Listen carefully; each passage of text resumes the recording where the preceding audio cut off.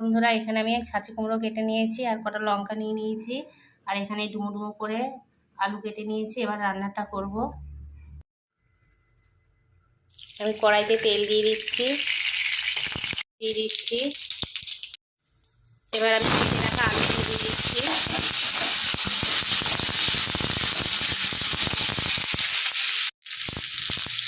আমি লবণ দিয়ে দিচ্ছি।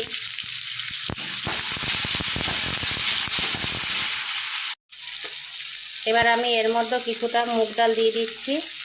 আলুর সাথে ভাজা হয়ে যাবে, তাহলে তরকারিটা খেতে ভালো লাগে। এর মধ্যে আমি একটু হলুদ দিয়ে দিচ্ছি। হলুদটা অল্প করেই দিয়েছি। দেখো, আলু আর ডালটা আমার ভাজা ভাজা হয়ে গেছে। এবার আমি কেটে রাখা কুমড়োটা দিয়ে দেবো। কেটে রাখা কুমড়ো আর কাঁচা লঙ্কাটা দিয়ে দিচ্ছি। এবার ভালো করে মিশিয়ে নেবো আলুর সাথে কুমড়োটাকে।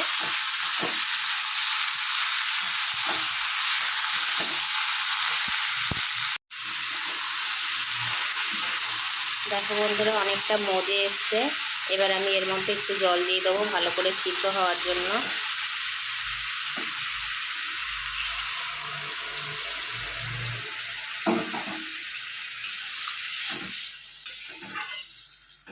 এবার এটাকে একটু ঢাকা দিয়ে দেবো ভালো করে কুমড়োটা যাতে সিদ্ধ হয়ে যায়।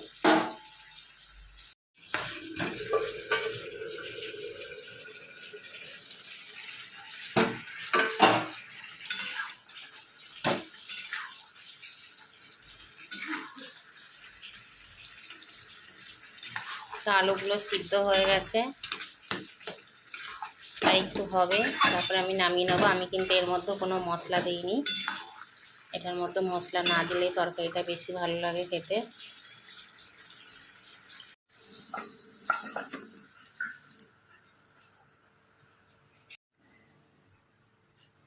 তরকারিটা রান্না কেমন হয়েছে জানাবে বন্ধুরা। ভালো লাগলে লাইক করবে, কমেন্ট করবে।